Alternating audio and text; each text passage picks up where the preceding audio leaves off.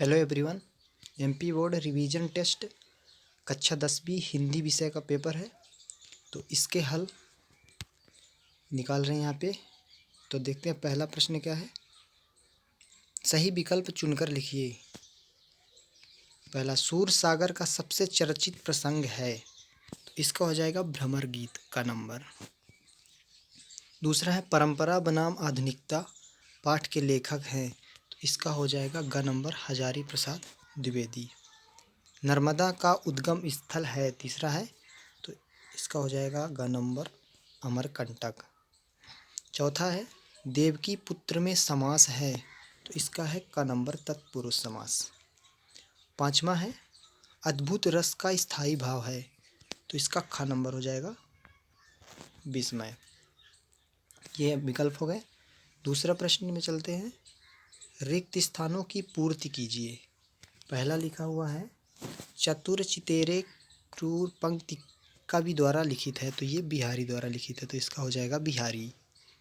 दूसरा है, आधुनिकता खालिस्तान का विरोध करती है, तो संप्रदाय हो जाएगा, संप्रदाय का विरोध करती है। तीसरा है, सुश्रुत संहिता में शल्य यंत्रों की संख्या कितनी बताई गई है, तो इसका हो जाएगा 101 बताई गई है, तो इसका 101 हो जाएगा। चौथा है, अर्थ के आधार पर वाक्य के कितने भेद हैं, तो अर्थ के आधार पर वाक्य के 8 भेद होते हैं। पांचवा प्रश्न है, जिसके प्रति स्थायी भाव उत्पन्न हो वह क्या कहलाता है, उद्दीपन कहलाता है, तो इसका हो जाएगा उद्दीपन। अगले प्रश्न पे चलते हैं। तीसरा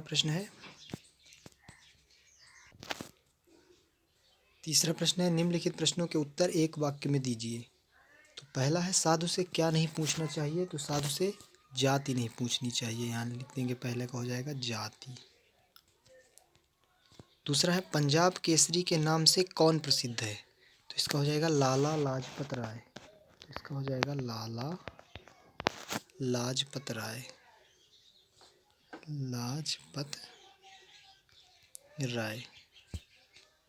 तीसरा है, शल्य चिकित्सा के प्रवर्तक कौन है, तो इसका हो जाएगा महर्षि सुश्रुत, सुश्रुत। ये हो गया तीसरा। चौथा, उपासना करने वाला क्या कहलाता है, उपासना करने वाला कहलाता है उपासक, इसका हो जाएगा उपासक। पांचवा है, रस के कितने अंग होते हैं, तो रस के होते हैं 4 अंग। ये हो गया। चौथा प्रश्न में चलते हैं। सही जोड़ी बनाइए। तो पहले में दिया है विनय पत्रिका, तो विनय पत्रिका लिखा है तुलसीदास जी ने, तो इसका हो गया पहला अक्खा नंबर। दूसरा, गेहूं और गुलाब, गेहूं और गुलाब का हो गया राम वृक्ष बेनीपुरी। तीसरा है, लोक संस्कृति की स्मृति रेखा नर्मदा, तो ये एक यात्रा वृत्तांत है, तो इसका घ नंबर हो गया। करुण रस का स्थायी भाव इधर दिया हुआ है शोक, तो किसका हो जाएगा अंगस, शोक हो गया। और वक्रोक्ति क्या है पचमा में, तो इसका हो जाएगा घ नंबर अलंकार है ये। तो ये हो गए ऑब्जेक्टिव, और इसके आगे जो क्वेश्चन आंसर है उसको अगली वीडियो में बताएंगे। तो थैंक यू।